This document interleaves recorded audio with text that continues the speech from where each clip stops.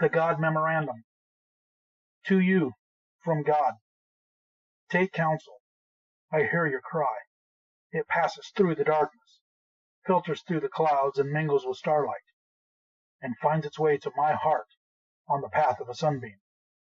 I have anguished over the cry of a hare choked in the noose of a snare, a sparrow tumbled from the nest of its mother, a child thrashing helplessly in a pond, and a son shedding his blood on a cross. Know that I hear you. Also, be at peace, be calm. I bring thee relief for your sorrow, for I know its cause and its cure. You weep for all your childhood dreams that have vanished with the years. You weep for all your self-esteem that has been corrupted by failure. You weep for all your potential that has been bartered for security. You weep for all your individuality that has been trampled by mobs. You weep for all your talent that has been wasted through misuse.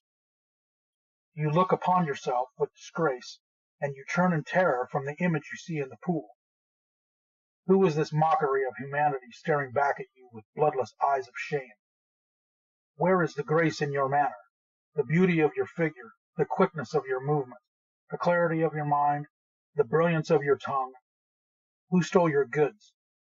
Is the thief's identity known to you as it is to me? Once you placed your head in a pillow of grass in your father's field and looked up at a cathedral of clouds and knew that all the gold of Babylon would be yours in time, and the seasons would flow into years until, lo, you would reign supreme in your own Garden of Eden. Dost thou remember who implanted those plans and dreams and seeds of hope within you? This day you return from the living dead. This day, like unto Elijah with the widow's son, I stretch myself upon thee 3 times, and you live again. This day, like unto Elisha with the Shunammite's son, I put my mouth upon your mouth, and my eyes upon your eyes, and my hands upon your hands, and your flesh is warm again. This day, like unto Jesus at the tomb of Lazarus, I command you to come forth, and you will walk from your cave of doom to begin a new life. This is your birthday. This is your new date of birth. Your first life, like unto a play of the theater, was only a rehearsal. This time the curtain is up. This time the world watches and waits to applaud. This time you will not fail. Light your candles, share your cake, pour the wine. You have been reborn. Like a butterfly from its chrysalis, you will fly. Fly as high as you wish, and neither the wasps nor the dragonflies nor mantids of mankind shall obstruct your mission or your search for the true riches of life. Feel my hand upon your head. Attend to my wisdom. Let me share with you again the secret you heard at your birth and forgot. You are my greatest miracle. You are the greatest miracle in the world. Those were the first words you ever heard. Then you cried. They all cried. You did not believe me then, and nothing has happened in the intervening years to correct your disbelief. For how could you be a miracle when you consider yourself a failure at the most menial tasks? How can you be a miracle when you have little confidence in dealing with the most trivial of responsibilities? How can you be a miracle when you are shackled by debt and lie awake in torment over whence will come tomorrow's bread?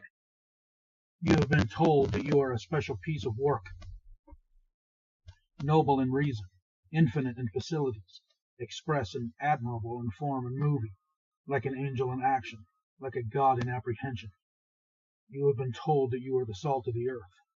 You were given the secret even of moving mountains, of performing the impossible. You believe no one.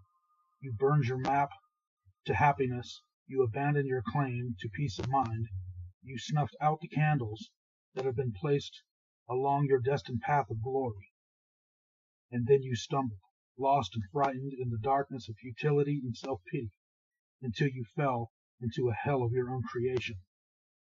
Then you cried, and beat your breast and cursed the luck that had befallen you. You refused to accept the consequences of your own petty thoughts and lazy deeds, and you searched for a scapegoat onto which to blame your failure. How quickly you found one. You blamed me. You cried that your handicaps, your mediocrity, your lack of opportunity, your failures were the will of God. You were wrong. Let us take inventory. Let us first call a roll of your handicaps. For how can I ask you to build a new life, lest you have the tools? Are you blind? Does the sun rise and fall without your witness? No, you can see. And the 100 million receptors I have placed in your eyes enable you to enjoy the magic of a leaf, a snowflake, a pond, an eagle, a child, a cloud, a star, a rose, a rainbow, and the look of love. Count one blessing. Are you deaf? Can a baby laugh or cry without your attention? No, you can hear. And the 24,000 fibers I have built into each of your ears vibrate to the wind in the trees, the tides on the rocks, the majesty of an opera, a robin's plea, children at play, and the words I love you. Count another blessing. Are you mute? Do your lips move and bring forth only spittle? No, you can speak, as can no other of my creatures, and your words can calm the angry, uplift the despondent, goad the quitter, cheer the unhappy, warm the lonely, praise the worthy, encourage the defeated, teach the ignorant, and say, I love you. Count another blessing. Are you paralyzed? Does your helpless form despoil the land? No, you can move. You are not a tree condemned to a small plot while the wind and world abuses you. You can stretch and run and dance and work, for within you I have designed 500 muscles, 200 bones, and 7 miles of nerve fiber, all synchronized by me to do your bidding.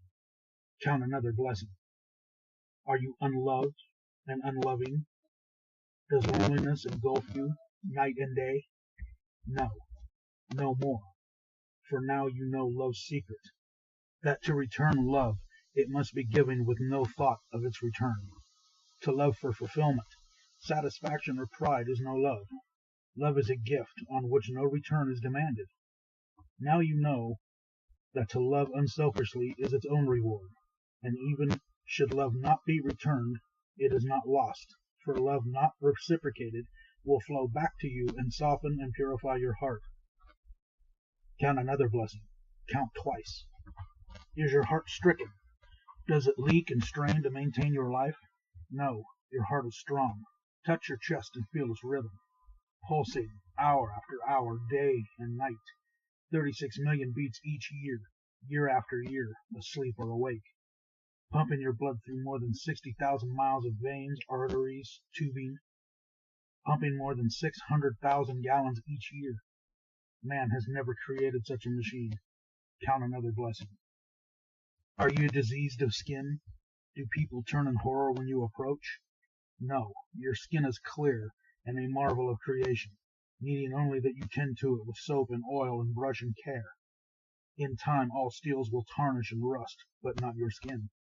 Eventually the strongest of metals will wear with use, but not that layer I have constructed around you. Constantly it renews itself, old cells replaced by new, just as the old you is now replaced by the new. Count another blessing. Are your lungs befouled? Does the breath of life struggle to enter your body? No. Your portholes to life support you even in the vilest of environments of your own making, and they labor always to filter life-giving oxygen through 600 million pockets of folded flesh, while they rid your body of gaseous wastes. Count another blessing. Is your blood poisoned? Is it diluted with water and pus? No.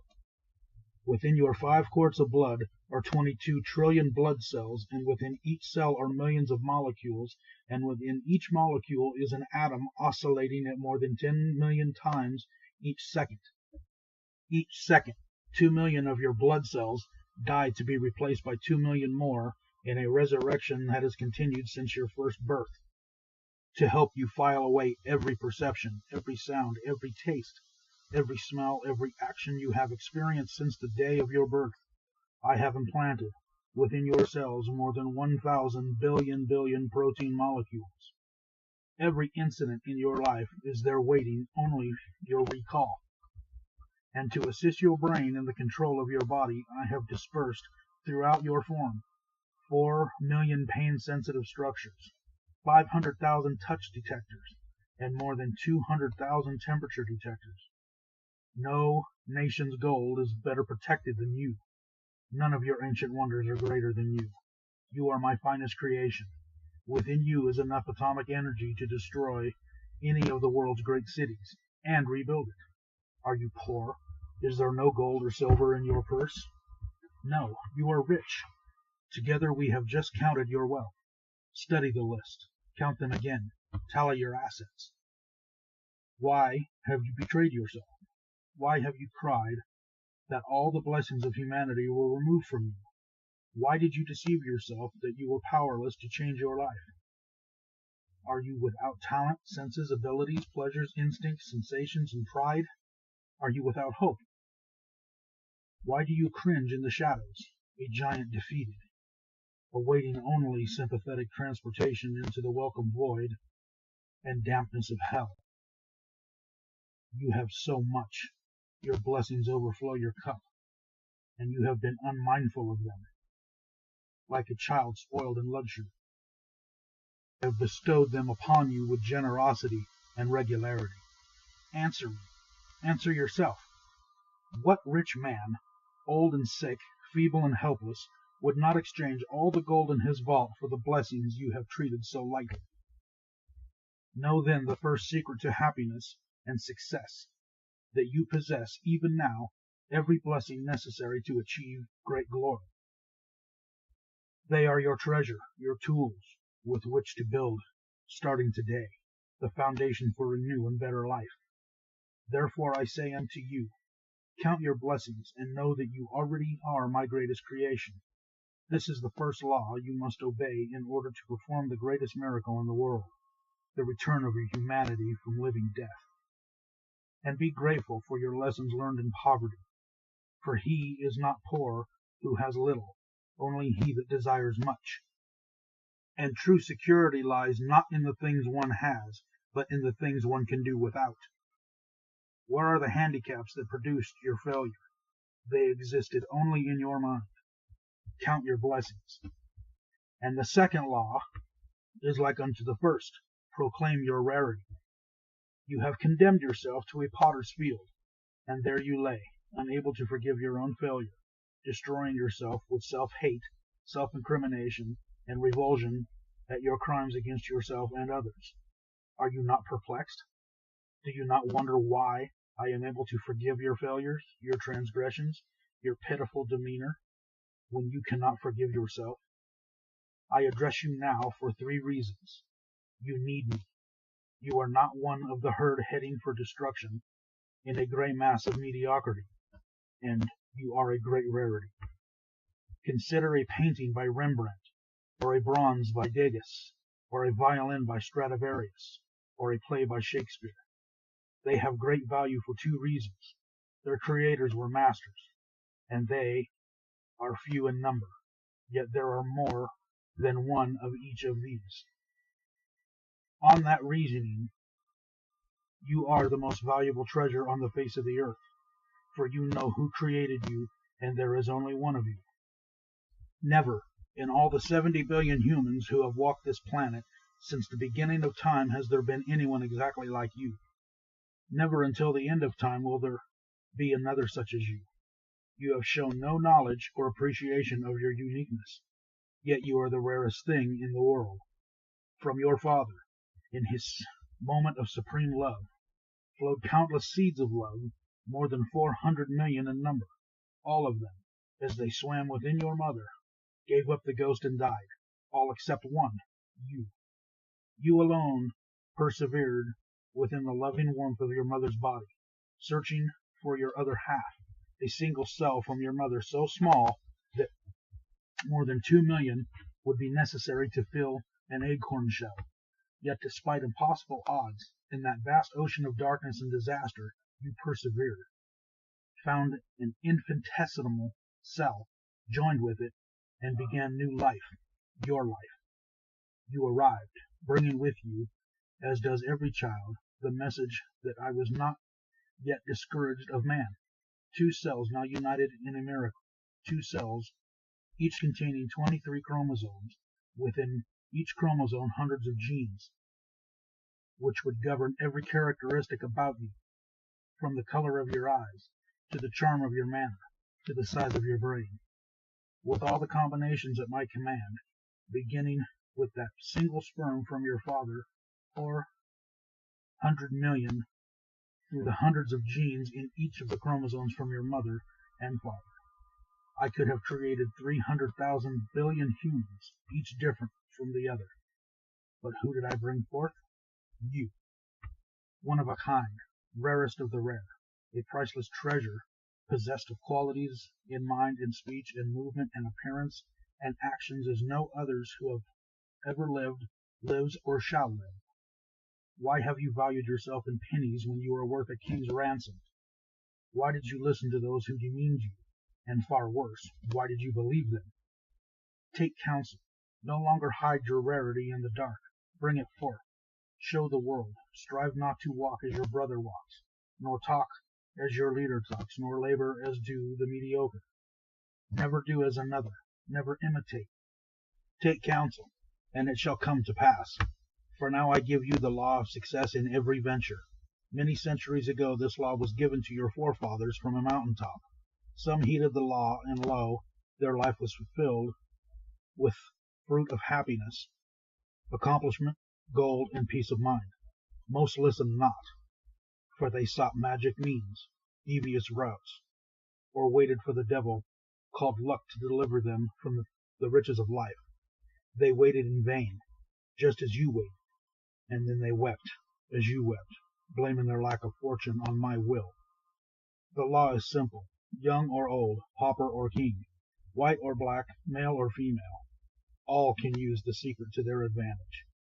For all the rules and speeches and scriptures of success and how to attain it, only one method has ever failed. Whomsoever shall compel ye to go with him 1 mile, go with him 2.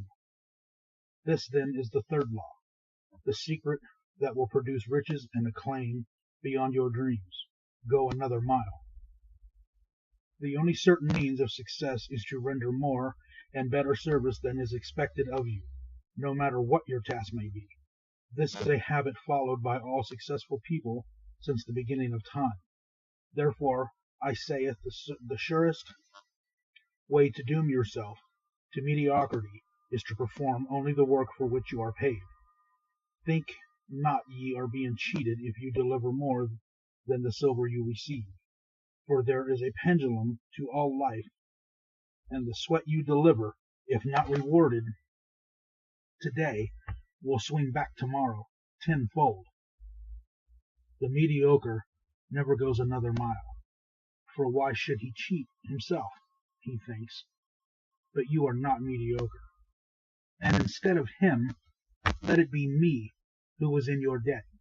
For then you will know that every minute, every stroke of extra service will be repaid. And worry not, should your reward not come soon, for the longer payment is withheld, the better for you. And compound interest on compound interest is this law's greatest benefit. You cannot command success, you can only deserve it. And now you know the great secret necessary in order to merit its rare reward. Go another mile.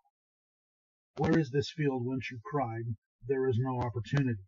Look around thee. See, where only yesterday you wallowed on the refuse of self-pity, you now walk tall on a carpet of gold. Nothing has changed, except you. But you are everything. You are my greatest miracle. You are the greatest miracle in the world. And now the laws of happiness and success are 3. Count your blessings. Proclaim your rarity. Go another mile. Be patient with your progress, to count your blessings with gratitude, to proclaim your rarity with pride, to go an extra mile and then another. These acts are not accomplished in the blinking of an eye. Yet that which you acquire with most difficulty you retain the longest, as those who have earned a fortune are more careful of it than those by whom it was inherited. And fear not as you enter your new life. Every noble acquisition is attended with its risks. He who fears to encounter the one must not expect to obtain the other. Now you know you are a miracle, and there is no fear in a miracle. Be proud. You are not the monetary whim of a careless creator experimenting in the laboratory of life. You are not a slave of forces that you cannot comprehend. You are a free manifestation of no force but mine, of no love but mine. You were made with a purpose. Feel my hand, hear my words. You need me, and I need you. We have a world to rebuild, and if it requireth a miracle, what is that to us? We are both miracles, and now we have each other. Never have I lost faith in you since that day when I first spun you from a giant wave and tossed you helplessly onto the sands. As you measure time, that was more than 500 million years ago. There were many models, many shapes, many sizes, before I reached perfection in you, more than 30,000 years ago. I have made no further effort to improve on you in all these years, for how could one improve on a miracle? You were a marvel to behold, and I was pleased. I gave you this world and dominion over it. Then, to enable you to reach your full potential, I placed my hand upon you once more and endowed you with powers unknown to any other creature in the universe, even unto this day. I gave you the power to think. I give you the power to love. I give you the power to will. I give you the power to laugh. I give you the power to imagine. I give you the power to create. I give you the power to plan. I give you the power to speak. I give you the power to pray. My pride in you knew no bounds. You were my ultimate creation, my greatest miracle. A complete living being, one who can adjust to any climate, any hardship, any challenge, one who can manage his own destiny without any interference from me, one who can translate a sensation or perception not by instinct but by thought and deliberation into whatever action is best for himself and all humanity. Thus we come to the fourth law of success and happiness. For I gave you one more power, a power so great that not even my angels possess it. I gave you the power to choose. With this gift I placed you even above my angels, for angels are not free to choose sin. I gave you complete control over your destiny. I told you to determine for yourself your own nature in accordance with your own free will. Neither heavenly nor earthly in nature, you were free to fashion yourself in whatever form you preferred. You had the power to choose to degenerate into the lowest forms of life, but you also had the power, out of your soul's judgment, to be reborn into the higher forms, which are divine. I have never withdrawn your great power, the power to choose. What have you done with this tremendous force? Look at yourself. Think of the choices you have made in your life and recall, now, those bitter moments when you would fall to your knees if you had the opportunity to choose again. And now you know the fourth great law of happiness and success. Use wisely your power of choice. Choose to love rather than hate. Choose to laugh rather than cry.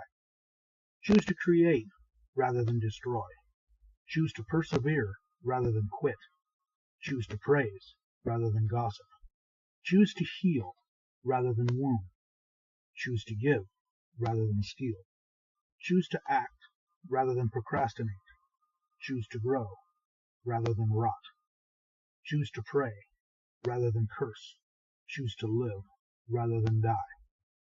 Now you know that your misfortunes were not my will, for all power was vested in you, and the accumulation of deeds and thoughts which placed you on the refuse of humanity were your own doing, not mine. My gifts of power were too large for your small nature. Now you have grown tall and wise, and the fruits of the land will be yours. You are more than a human being. You are a human becoming. You are capable of great wonders. Your potential is unlimited. Who else among my creatures has mastered fire? Who else among my creatures has conquered gravity, has pierced the heavens, has conquered disease and pestilence and drought. Never demean yourself again. Never settle for the crumbs of life. Never hide your talents from this day hence. Remember the child who says, "When I am a big boy," but what is that? For the big boy says, "When I grow up," and then grow up, he says, "When I am wed." But to be wed, what is that, after all? The thought then changes to "when I retire," and then retirement comes, and he looks back over the landscape traversed. A cold wind sweeps over it, and somehow he has missed it all, and it is gone. Enjoy this day, and tomorrow. You have performed the greatest miracle in the world. You have returned from a living death. You will feel self-pity no more, and each new day will be a challenge and a joy. You have been born again, and just as before, you can choose failure and despair, or success and happiness. The choice is yours. The choice is exclusively yours. I can only watch, as before, in pride or sorrow. Remember, then, the 4 laws of happiness and success. Count your blessings. Proclaim your rarity. Go another mile. Use wisely your power of choice. And one more, to fulfill the other 4. Do all things with love. Love for yourself, love for all others, and love for me. Wipe away your tears. Reach out. Grasp my hand, and stand straight. Let me cut the grave cloths that have bound you. This day you have been notified. You are the greatest miracle in the world.